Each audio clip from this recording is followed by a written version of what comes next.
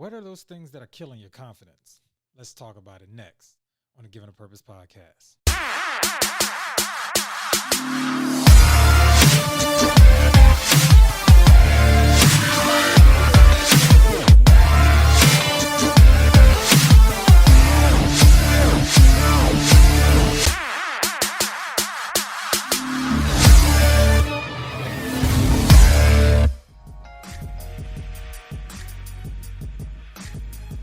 Welcome to the Given a Purpose podcast, where we bridge the highs, the lows, the lessons learned through life's journey, and filling in the gap. You already know what it is. Yep. Come here. Come here. Yeah, it's a new week. New opportunity to get it right. New opportunity to hone in on your goals. Listen, we got to make sure that we are giving our ingredients the life and energy what it needs. We need to make sure we are consistent. We make sure that we are disciplined, right?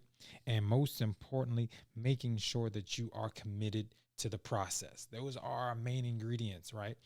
If you don't know, I am your host, Mr. L.A., your self-confidence coach or your self-investment coach, however you want to see it. Listen, if this is your first time, make sure you hit the bell down there, hit the subscribe button, make sure you get all the alerts. We're here every Monday to get what you need.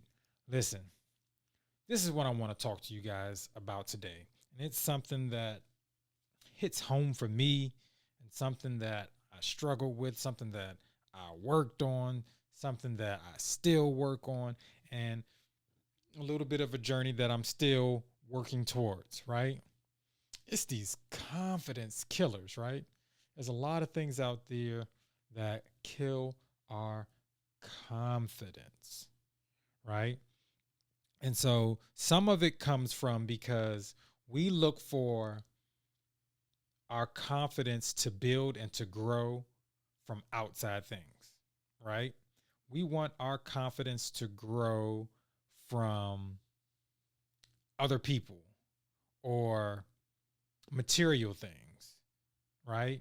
You know what I'm saying? Let me speak to the fellas sometimes. Sometimes we may have a lady or something like that because of the way they look. It builds our confidence because we want to impress other people, or the ride that we got. You know what I'm saying? How we make it look gives us confidence, false confidence, because if we didn't have those things, then our confidence would be different, if that makes sense. You know what I'm saying? Sometimes, ladies, yes, let's go there too. Sometimes it could be those shoes that you're trying to look pretty in, but your feet hurt, or that jewelry, or different things like that. And listen, I know that's not for all people, but I'm just trying to give you an example, trying to connect some dots so you guys can kind of understand that confidence shouldn't be an external thing. It should ultimately start from within. Now, I take a lot of things to the sports realm, but it kind of applies to everything. And it's something that I tell my students, and it's something that I tell my players all the time, right? As you get older, a lot of your confidence will be built on what you do repeatedly, right? So if you're struggling in something, let's say, I'm also a math teacher, right?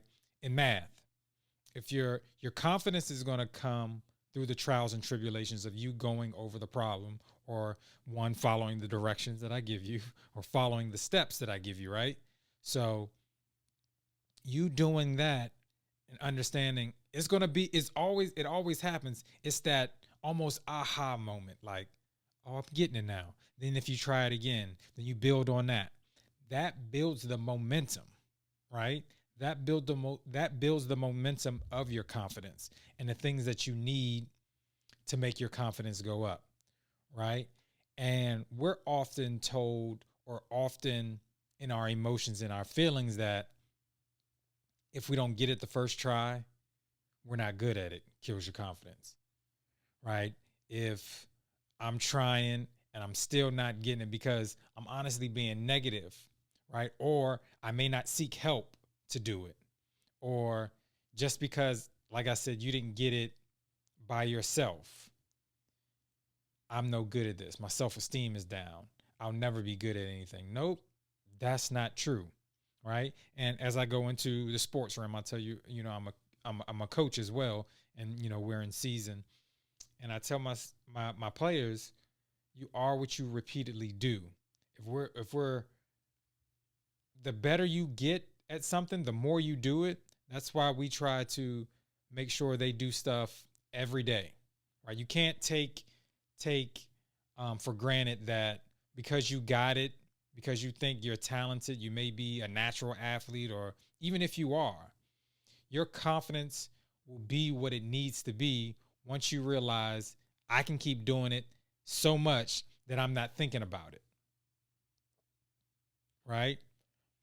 I tell my athletes all the time, the worst thing you can do, so I coach baseball, the worst thing that you can do, either throwing, pitching, something like that, or batting, is think about a lot of stuff.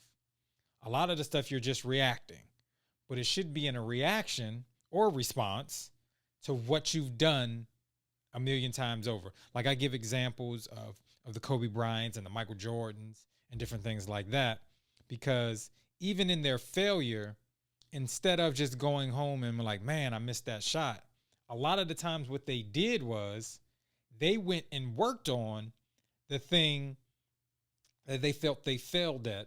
And so now it builds the confidence this won't happen again. All right. Not allowing yourself to accept the failure. Like failure is going to happen, but understanding that I can say it in a way where it'll build my confidence because it's a part of the process. All right. Also, I want to talk to you guys, just making sure that we understand when people outside of yourself, of course, they help kill confidence sometimes. And either being like I said, either being a coach, either being a parent, teacher, mentor. Often, sometimes we kill kids' confidence because of our insecurities, because our lack of knowledge of what it is.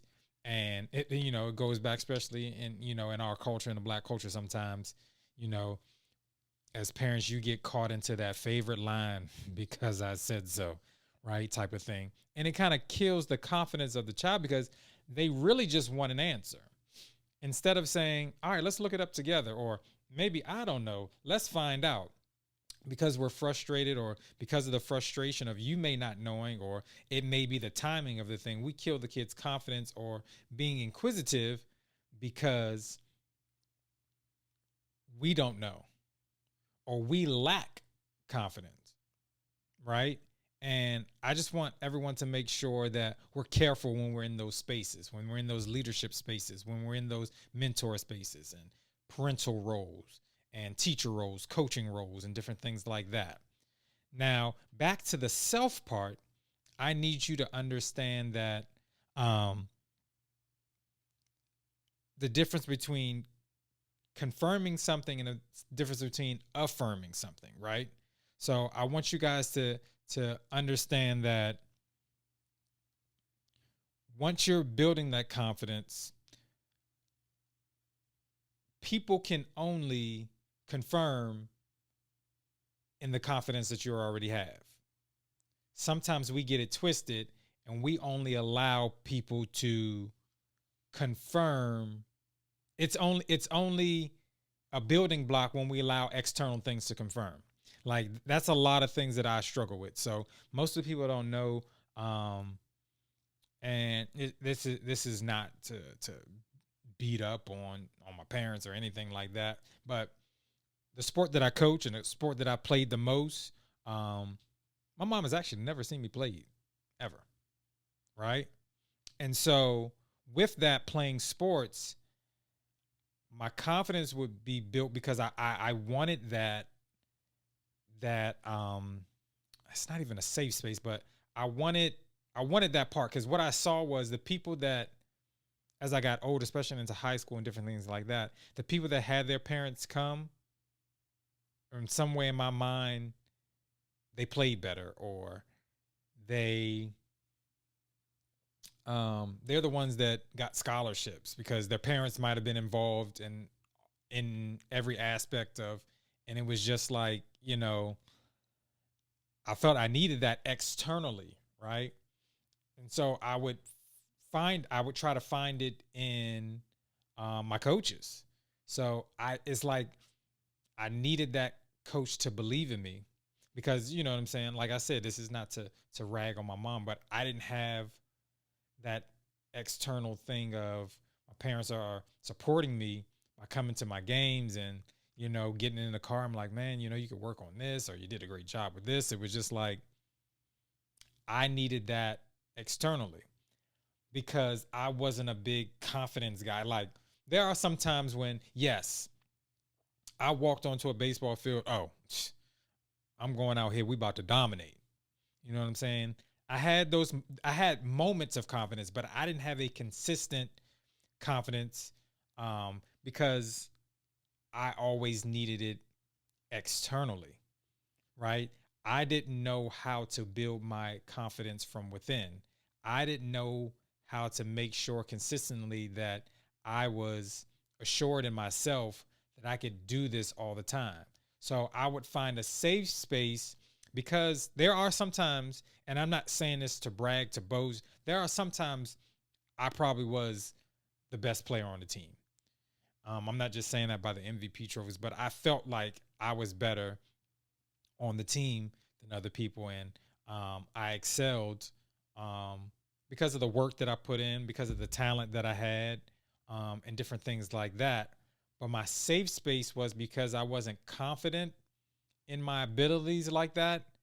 I was comfortable just blending in, being a good team player, even though I could be a standout player, not thinking that it would help me with scholarships and things like that.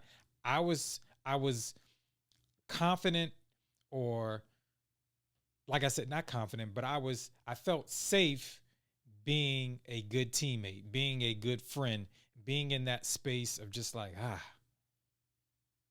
But then when it came down to that time where you're doing the things trying to get into college, and it's just like, what did you do to stand out? Stand out. Like there's some things I had stand out, there's different highlights and different records I broke and different things like that. But what did you do to stand out? Stand out. Because at the end of the day, you can't take your teammates with you to college. You can't take the teammates with you to play on your college team and different things like that. So that's where I kind of struggle with confidence because I wanted this confirmation from from others as well as affirmation. So so like I said, let me break this down so you guys understand, so you can kind of understand that you can grow. So you should affirmation should come from within. You should affirm yourself, right? Just like we talk about everything. There's something you should talk to yourself in the mirror.